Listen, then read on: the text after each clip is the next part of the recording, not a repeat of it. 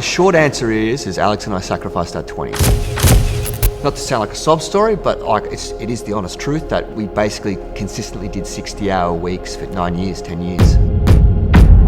It's the number one first passion I've always had. I would spend hours outside just shooting. Basketball and fashion is so intertwined. Those old OG Vancouver Grizzlies jerseys, unbeatable. What would you say was the lowest point that you faced with Ichpig? Alright, welcome back to the channel. My name is Rush.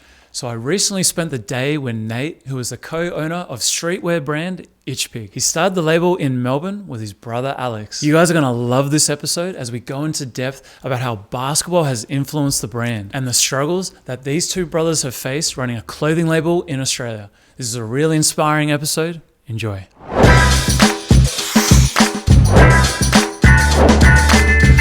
Let's go, Rush! Alright, so Nate, when did the passion for basketball begin? It's the number one first passion I've always had. I would spend hours outside just shooting until it got dark every night. We had this driveway, it was bricks, red bricks, and we had a hoop in front of the balcony. It was sick, I loved it. If I was to think of a player that personifies Ichpig, it would probably be Kawhi. Pulled together what the resources that he had and made himself the best he could be. That's what I relate to most. I would say that's what we are. We're not the most gifted people out there. We definitely have some things up our sleeve. What did you like about the fashion side of the basketball world? Basketball and fashion is so intertwined, but when we first started, that stuff wasn't really accessible because the only sides of it from a fashion standpoint that you got snippets of were, you know, the warm-up gear, the snap-off pants and the different layers of jerseys, and that's what really influenced us, is definitely that kind of warm-up culture, full kits and the colours. We're obsessed with colour, obsessed. And basketball was one of the biggest ones that we drew from. Those old OG Vancouver Grizzlies jerseys, unbeatable. So good, huh? And even when Denver used to have sky blue in their colorway, like when Melo was playing for them, that was so sick. So that's a pretty famous one, this one. That's when Bird, I think at this stage Bird had won his second or third, I'm not sure, MVP. And he's feeling himself a little bit. He was the best player in the league probably here. And he was trash talking Julius Irving. This is a famous story apparently. And he was trash talking Irving. And Irving fucking had enough of him and jumped him, and they got into a fight. And apparently none of Bird's teammates came in to back him up. They just let Irving beat up on him because they thought he deserved it because he'd gone too far.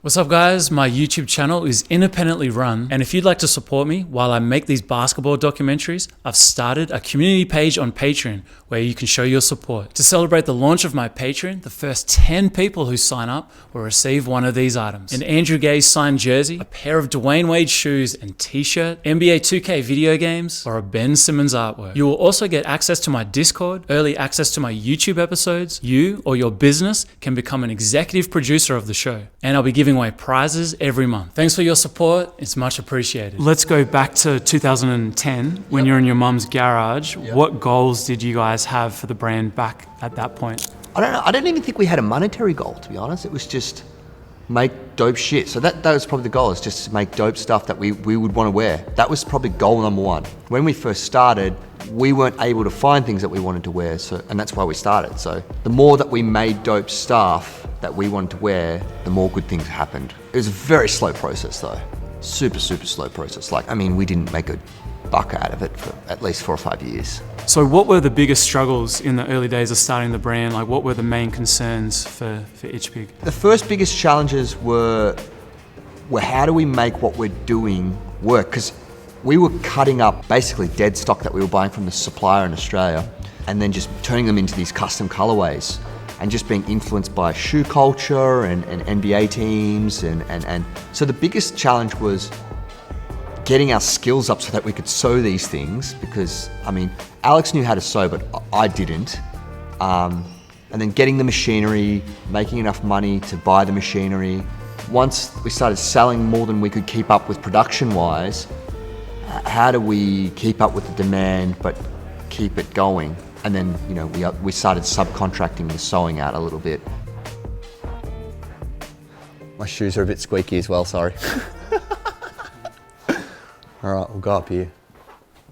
So yeah, this is the sampling and production room. A lot of, all these patterns on the wall here are actually old Ichpig garments. They're actually old patterns. They're all things that have actually gone into production. These are the lengths of the jumpers. It's crazy. Like, you think about a 103 centimeter long garment, like most garments these days are about 75, 80-ish tops. This one was 103, 107. So we felt like they were new sizes. They were sizes that had never been created. So we thought, wow, what can we call them? Because really they're not small, medium, large or whatever. They're actually something else. So because we were so heavily influenced by basketball, we decided to call them point guard, shooting guard, small forward, power forward, and center. And that's what that is.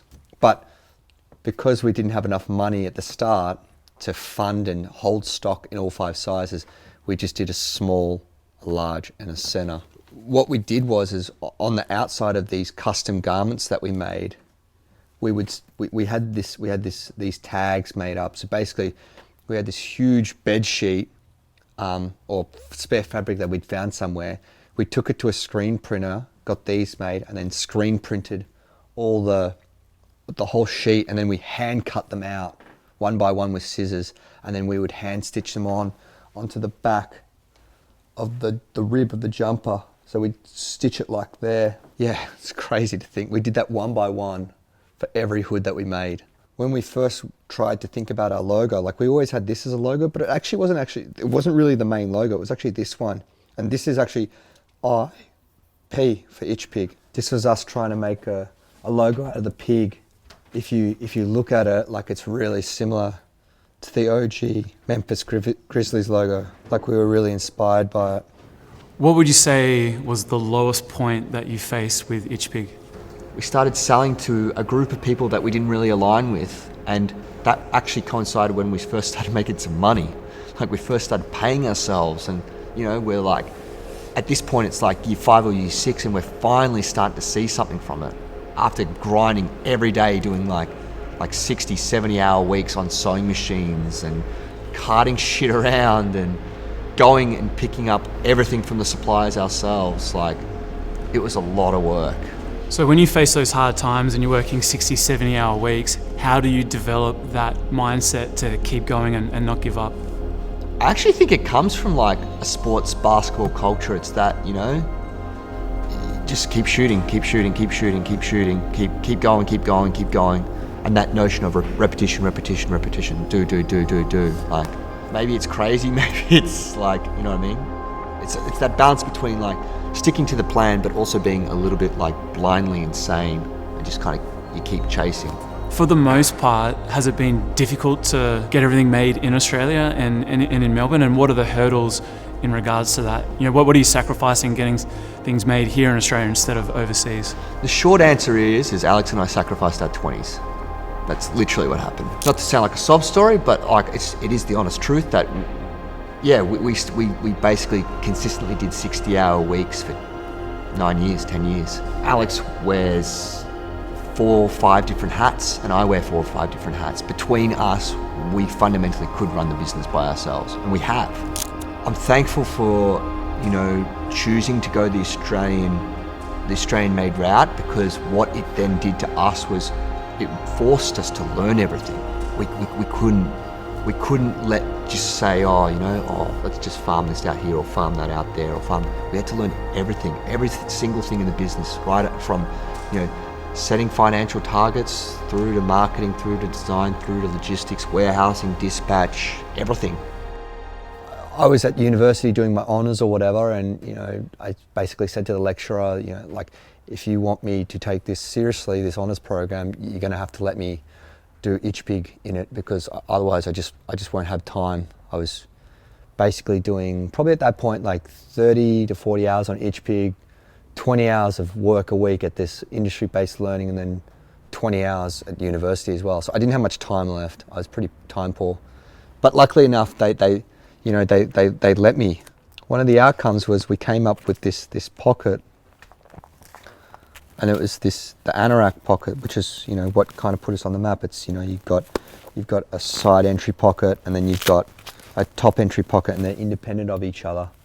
So the idea is you have function and comfort, but then you have the function so you can put things in there, and they don't get lost, when you're skating or snowboarding or playing basketball, Scaling has also been a result of the evolution of tech. And what I mean by that is like when we were in our Tottenham factory, the factory before this, in year 5 and year 6, if we had a really big sales day, it would kill us on the back end on the next day because we'd have to ship the orders, right?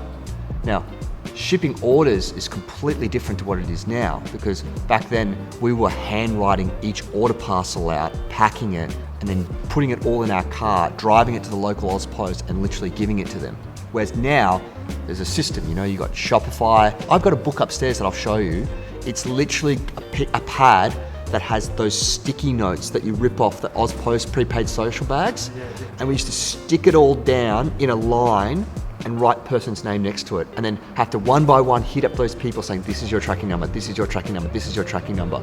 Like, you think about if you have a big night and you have 100 parcels, that's a lot of work. That's a lot of addresses, that's a lot of phone numbers, that's a lot of tracking numbers. It's just a lot of stuff. Yeah, so I think that's what helped us scale, is just simply the improvement of tech. So when it comes to being successful, what routine have you formed to give you that type of success? I mean, for us, I think the formula that's led to our success is just knowledge. It's just knowing as much as humanly possible about the ins and outs of your business and our brand. That's probably what's made us successful. Okay, well, speaking of that, what is your definition of success? I think it's being able to see the positives in everything, no matter the day.